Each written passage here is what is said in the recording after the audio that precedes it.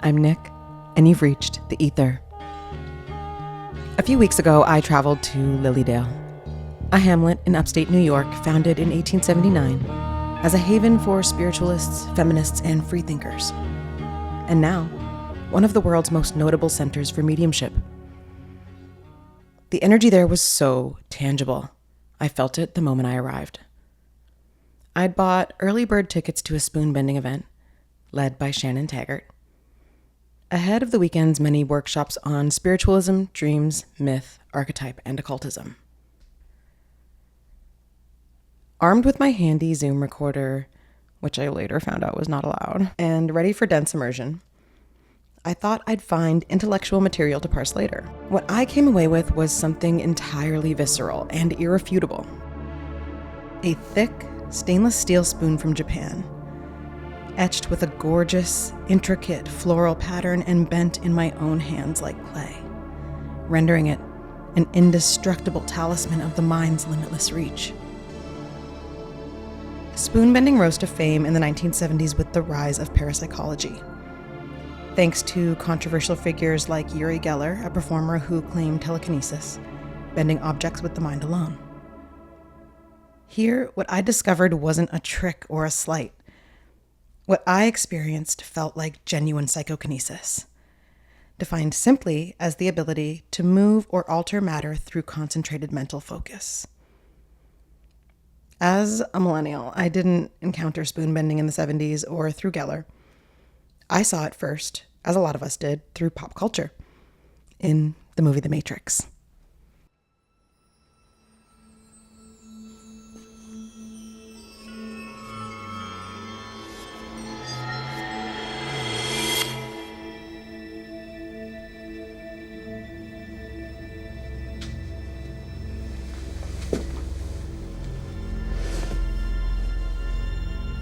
Do not try and bend the spoon. That's impossible. Instead, only try to realize the truth. What truth? There is no spoon. There is no spoon? Then you'll see that it is not the spoon that bends, it is only yourself.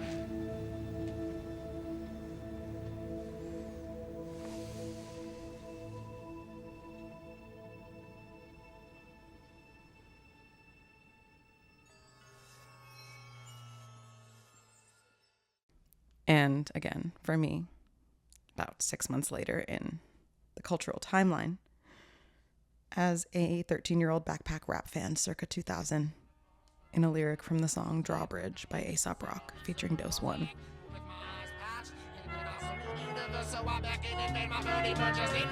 Oh, it'll be soon.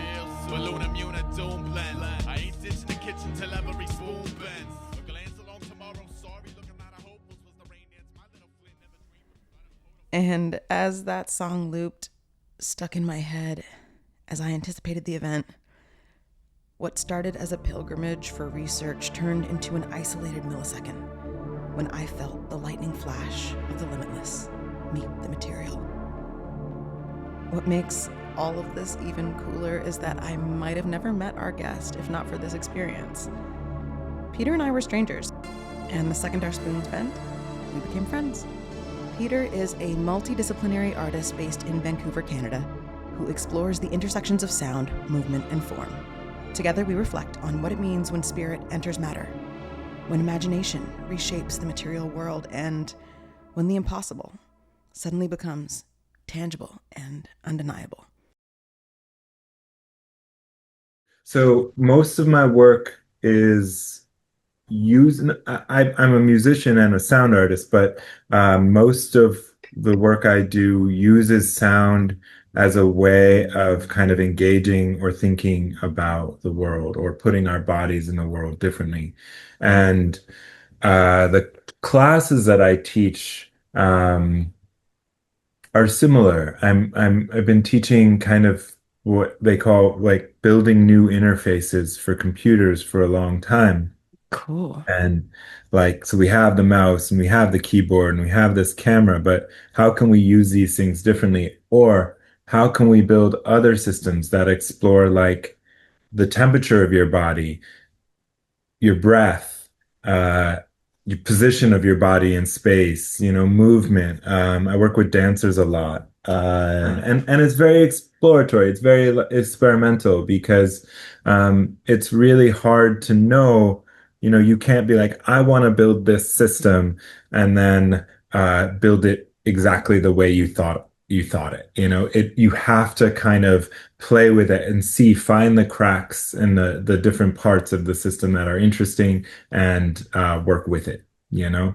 So it's treating the computer as like a collaborator rather than this economy device, if you God, will. that's so cool. Yeah, it's fun. I mean, It's amazing. I have, it's always complicated as computers become more and more kind of extractive mediums. Um, that garner shorter and shorter attention spans. Like how can we push back? How can we resist that? Like how can we work with these things in slower ways? So Yeah. when you know me, like my brain is sped up. So this is also like a life practice to enjoy the connective potential of the computer, but resist its speed in a way, giving form to the formless. I mean, one thing I'm sure we'll get into is uh, sound, the tactility of sound. Um, has always been interesting to me because I like tactile. I like working with my hands. I like the physical. I like material. For a long time, I would have described myself as a materialist and probably an atheist or something like that. So the way I get into the way I get into and maybe past reality is through material. And I really enjoy that. So in making music, I want to build material interfaces that allow me to make music differently. So giving form to the formless for me kind of that's where my mind goes is how can we bring sound, which is, I wouldn't say formless at all, but without material form, how can we bring it to the body? How can we experience it differently? And how can our bodies, um, uh, through sound, engage differently with the world? Does that make sense? Absolutely. Yeah, that's awesome. It also brings me to our spoons Yeah, because, I took mine out too. all right, well, this is the one that Peter gave me. We'll get into the story in a minute. That's And the then one I did. this is the one you did. Wow, actually, it's two turns, huh? Yeah, it's a little loop. Yeah, wow. Um, so before we start to intellectualize this, maybe I'll just describe kind of. Yeah, one of the things that I came on here thinking is I want to hear from your experience how that workshop went because I haven't heard it. Kind like Sure. you know? Yeah. Oh, yeah. And you joined late last time we had our talk. So, yeah, God, this was, here's mine. Mm, such a good spoon too. Ah, it's beautiful, right? Yeah. Um, I had brought one of my own. I didn't know that Shannon would have us choose ours. Um, and so I got there. I was already a little nervous coming into Lilydale. I'm always just thinking I'm going to stick out like a sore thumb, which I did, but it's like those are things that I'm learning how to radically trust that I'm in the right space. Mm. I walked in and Shannon started talking. I was just starstruck because I'm such a huge fan of hers. And I knew I was pretty confident that it would happen. I wouldn't have bought the ticket if I didn't think I could do it. Yeah. And when we went over to choose our spoons, she'd given some divination tools, some dowsing rods, remember? Yeah. And I think a pendulum. I wasn't using any of those, but it was so funny because the woman that was next to me was using the dowsing rods to choose hers. And as soon as I reached for one, she already had her hand on it. And she's like, "Oh, I'm so sorry." I'm like, "No, it's just kind of proof that the dowsing rods work." Yeah. And it wasn't this one. And then I immediately saw this one and it's intricate, like floral Yeah. pattern. And I also wanted to choose the thickest, strongest spoon that I could not bend with strength. Just because I just wanted to see. I didn't really know the difference between telekinesis and psychokinesis yet. I didn't realize, I didn't know what we would be doing. So I just wanted to pick the thickest spoon. And so I chose this stainless steel from Japan, it says. And then Shannon had us do the meditation portion. So Yuri Geller, who is the founder of spoon bending, an Israeli mystic, from what I know, his method was the second method, right? I actually think it was the second method was the method of the guy that runs the museum at Lilydale. Oh, Ah, and Yuri's method, because Yuri's a controversial figure, Yuri's method, his method was like more individual. oh, And so I think the collective approach was actually, we have to look up his name, but the guy who, yeah, runs the museum at Lilydale. okay, Maybe I can figure out his name. But yeah, keep going. I'll figure out his name. sure. Oh yeah, I remember now how it went because Shannon was asking a woman in the crowd, "Oh, do you want to?" She's like, "Oh, I wasn't sure." I remember now. Anyway, she had us sit with it and think about like all of the meals it's been a part of, its history, where it's been, how many laughs and emotions and how many families it's been passed down through, how it got to me. And someone said something about getting in between its molecules or something. Do you remember that? Yeah. I was just like, okay, okay, okay, I can do it. And I Yeah. was focusing so hard. I'm like, my meditation practice is good. I'm like, I'm going to do it. And sitting there meditating, thinking of all these things, really feeling powerful. I actually had put my Palo Santo oil all over it to kind of give it some of me. Nothing, nothing, nothing, nothing, nothing. But then you guys were sitting behind me, and it was like back from what I remember, it was like back to back. You're like, got one, got one, got one, got one, got one, got like it was like a few, wasn't it? Yeah, so I think while Shannon was still talking and kind of going through the process, like the mental process and different kind of physical metaphors for how to think about it, uh, Andrea just did one. Yeah. And but for Before we had yeah, even started. for her it kind of comes like there's not like well, we'll get into this, but she almost does it accidentally, it feels like. But yeah, Mm. yeah. She's But like she almost taking herself out of it almost, right? totally. And I didn't do it right away. I kind of waited. I waited to try until Shannon was done talking through the method. Yeah. Just I looked it up and it's Ron Nagy. Oh, Ron Nagy's method was what we used for the second time. So yeah, let got me it. Thank you for that info. Um, yeah, I could hear you guys, and I was trying not to look because I didn't know you yet. I was like, oh, I just want to do it so bad. I think I was putting a lot of pressure on myself, yeah. which I learned a few seconds later when you handed me this one and said, "Hey, do you want mine? Like just to keep?" You know, Shannon was saying that it helps to hold one that's already been done, so that your mind knows that it can happen. And so I was like, yeah, of course. And I went and I just put it in my backpack and we stood up to do the second method, which was filling the room with a bunch of joy and positive energy, jumping up and down twice, spinning around once, and then trying. Mhm. Jumped up and down twice, spun around once, and mine went bloop. Yeah. Yeah. And it was so strange. I immediately started crying. Yeah, I Like, remember.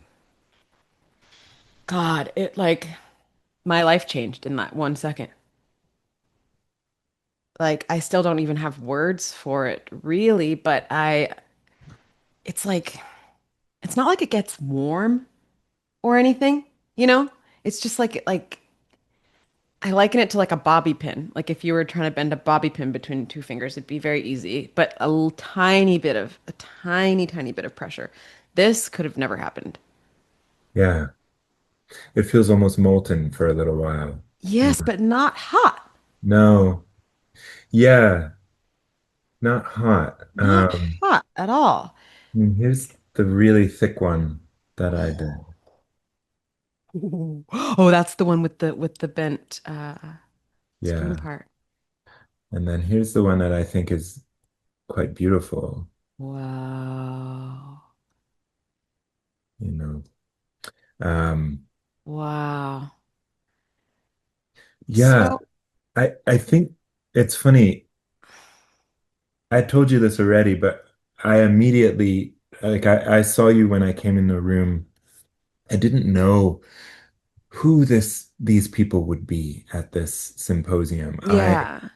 Um I was kind of introduced to it through two friends, Andrew and Trevor, and they and my intention the whole time during the weekend was to hang back, was to um, just watch and observe and listen and kind of learn about belief and this community. You know, I have lots of beliefs that go beyond, I think.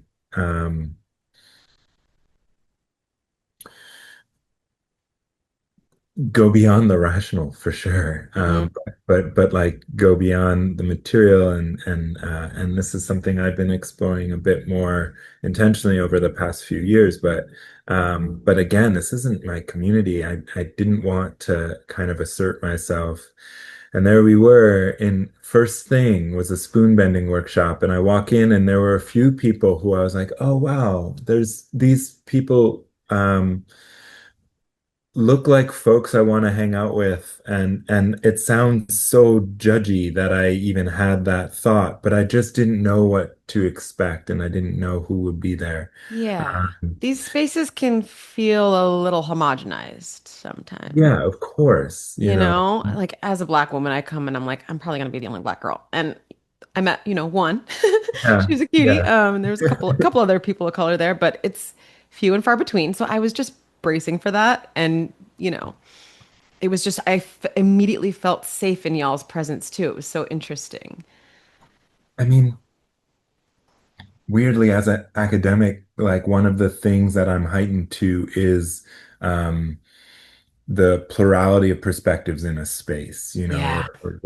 or whether there is or are multiple perspectives going on, you know. Yeah. And I find that often in these types of spaces that rely on an unprovable belief in a way, unprovable in quotes a bit. Right. I mean, Um, this is pretty proof to me. yeah, I want to get into that. Oh my God. Uh, you know, I'm wary of these communities in a way, and so you know, I was pleasantly surprised by the cross section of people that you know, just intellectually, physically, the from an interest standpoint, it was a really wonderful group of people that attended Shannon's symposium, and we're in that room. You know, a lot of the people got there early and went to the spoon bending workshop. And so I knew Andrea would be able to bend spoons. I've seen her do it before. I've seen her Yeah. do it in states like yeah. It one of the reasons that I felt like I can do it or could do it is that I've seen it done, you know, and then Yeah. tried to bend back the spoons that she's bent and Yeah.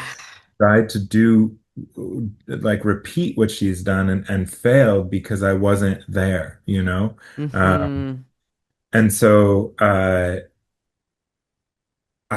felt a lot of possibility and also I I'm the kind of person that wants everyone to experience joy. Like the collective joy thing for me is was really exciting. Ron's method felt exactly right, and I'm glad we all stood in a circle and did that. Um, but to and you know, just one other thing. So I bent a few spoons and I gave two of them away, actually, one to you and then one to this other. Yeah, I remember she was sitting next to me, wasn't she? Yeah. Yeah, and we were all chatting for a Hmm. while, you know, and to me it was all about like it's trust me, like just take this, play with it, and it's like it's not strength, it's something else, you know. Yeah. And this was actually the first one I bent, and it's such a little tiny Wow. That it's was such a your tiny first. I had bent a spoon at a party a couple months earlier. But so it's not the first spoon I bent, but it's the first one I bent in Mm. that workshop. But it's such a Oh, small gotcha. little spoon. And so I, like you, was I went back and grabbed the thickest spoon I could see because it felt like it was possible in that room. And then for me, there's a couple things that happen. And I don't, is it okay if I go into what it feels like? And then Please. I want to hear what it felt like to you too. Please. Yeah, yeah, yeah. Uh, so you have a spoon and you're kind of playing with it and you're what I call maybe doing the work, like exploring the spoon, like actually recognizing its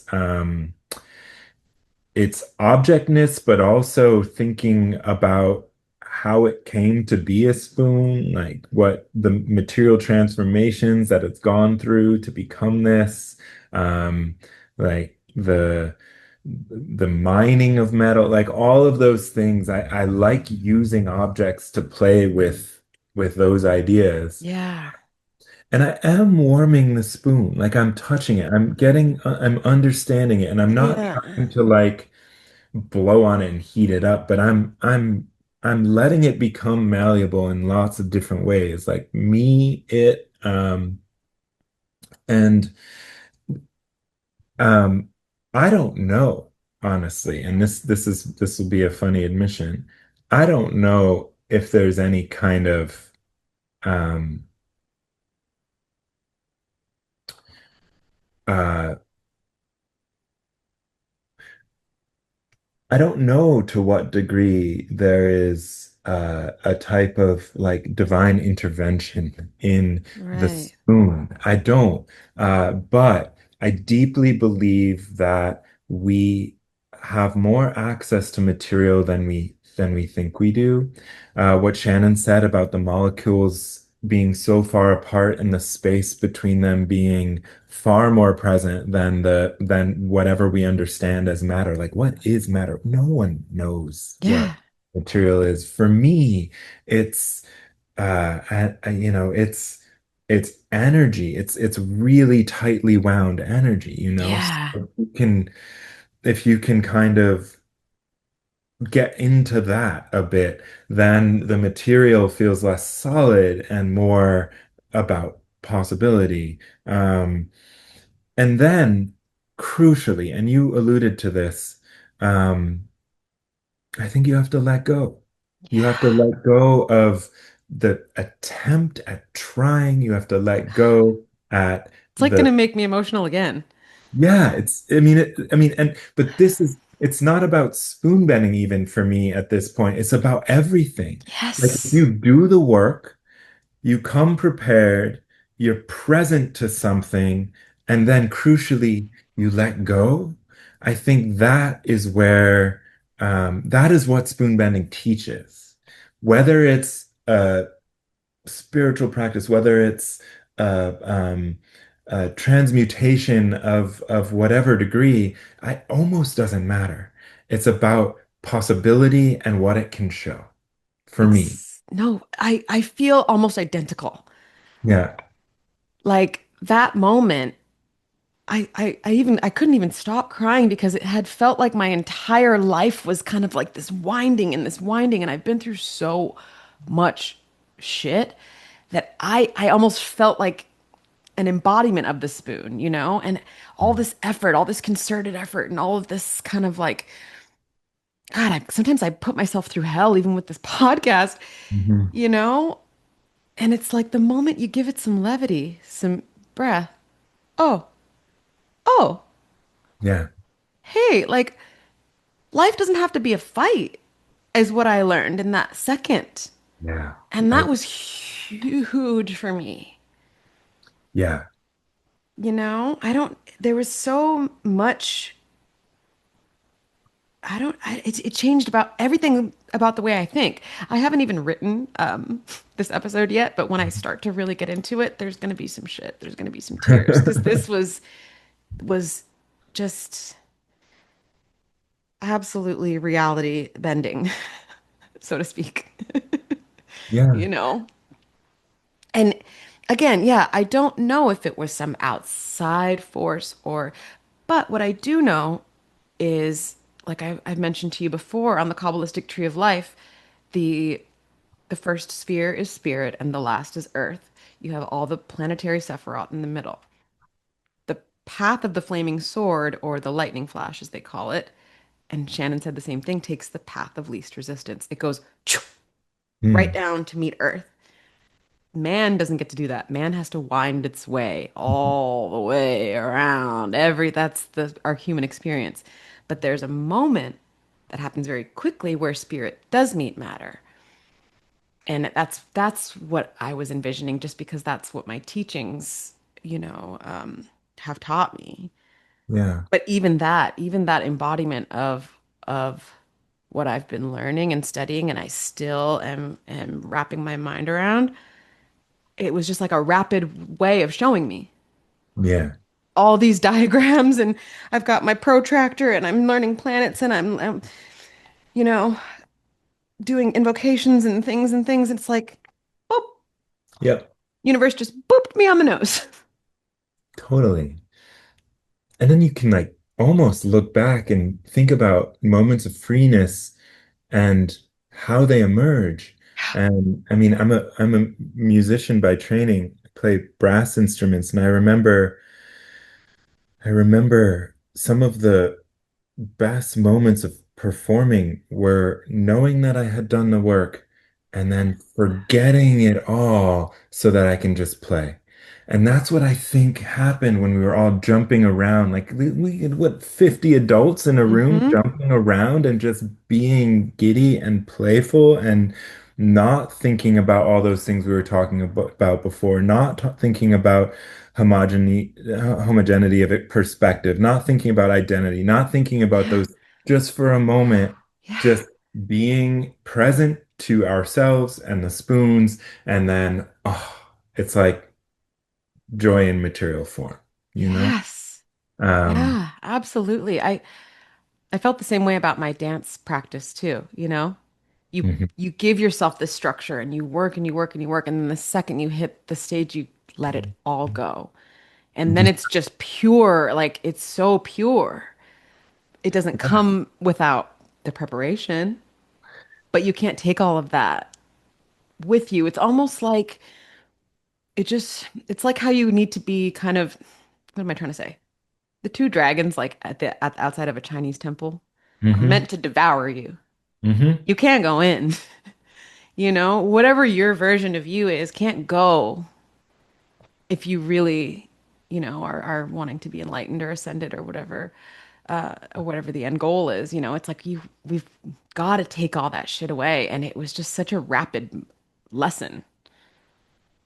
And this is where I feel like, I mean, not to get real big, but this is where the systems that we've developed to be functional as humans within like our current society, I think fail us because they're based on these, not entirely, but often in like modern society, they're based on these kind of rational and scientific principles that are incredible, but they're not conducive to that release, that moment of belief, and honestly, for me, it feels like trust Yeah. in the universe, trust in the in people, trust in material, in the earth, and so uh, and that was a big turn that I had to kind of that was that happened in my life, but also was so much supported by conversations with friends Hmm. uh, that I had to just get past the ration. I was raised that way, and so and that's where this it's not it this does not for me this does not prove that we can bend spoons with our mind or we are, but what it does is it proves that I that thinking is not how I can do the most amazing things. Like, Yes. so Yes. anyway, I don't know if I didn't say that. Yes. Oh no, I mean, Yeah. breakthroughs here. Yeah. It's just it's been so special to experience this with you and to have Yeah. somebody to like, if I would have just gone and done it silently and came home, I would have been like, it's just to process things. And I do think that's why, because I've been thinking about this a lot. I'm like, gosh, going into all these things has felt so daunting, even from my own life. And then it's like people have been researching the paranormal for years. We met so many amazing intellectuals. And I just think that the act of having a conversation about it is bringing us closer. It's like Yeah. creating some connectivity. I hadn't had any conversations Yeah. at all since my dad died. Like I've been completely in this like gestation period alone. I got rid of a lot of friends that were not supporting me in the way I needed. I haven't been making new friends. I don't like even just like I kind of having a strange like dissociative moment right now because Right. how I got here is just by leaning into that mystery and kind of going towards the things that I hadn't spoken about or the things that were making me uncomfortable. And again, that radical trust. And the second I was able to open up about my sleep paralysis experience, for instance, on stage at PRS, now I'm Oh, here, yeah. It's like the more honest we are, the more honesty is reflected back, and it's just actually been so beautiful. Yeah. I don't know if I would have God, I don't know. I'm processing a lot as I'm speaking. But I think that humans understanding each other and connecting are gonna get us out of this kind of hellfire that is happening. Yeah. And Um, as apolitical as spoon bending is, there's something else happening, I yeah, think. humans believing that we are more than, and not like in a centralizing way, not in a better than way, but different. Like we have an access to something that is special, and we don't exercise that access. And yeah, I don't know. Spoon bending for me is a window into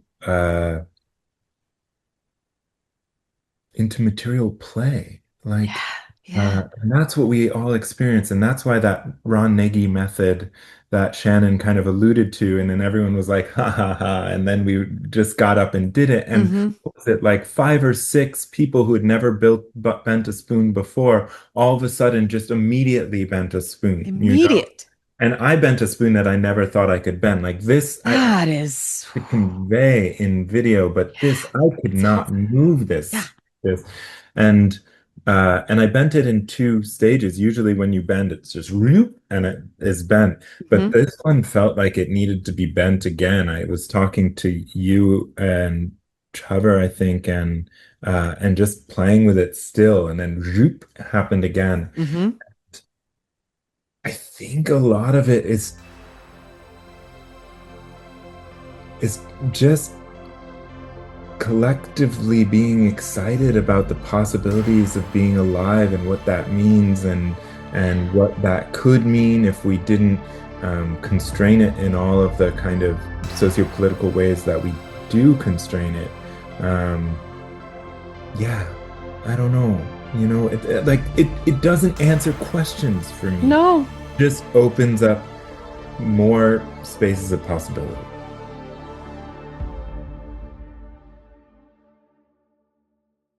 You know, we put these molecules in these strange shapes, and I don't want to attribute desire, but like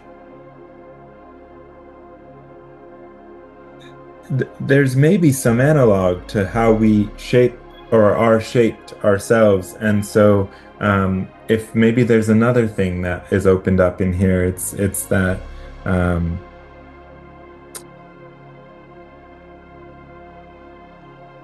we can reshape ourselves, like Yeah. and that's something that's important, and that we, you know, especially as we get older, we feel like less and less possibility.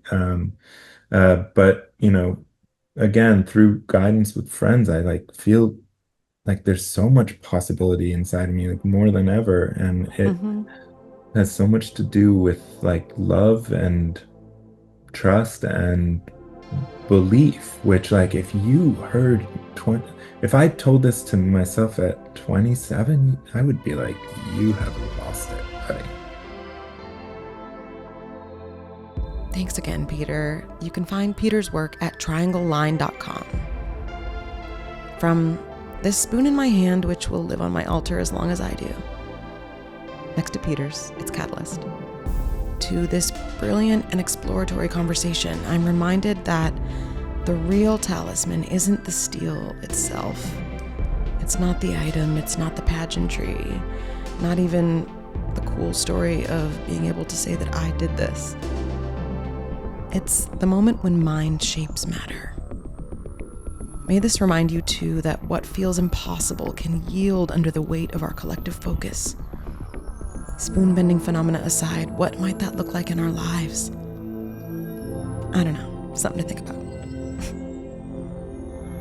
I now affirm the sphere dissolved and the transmission complete. So it is.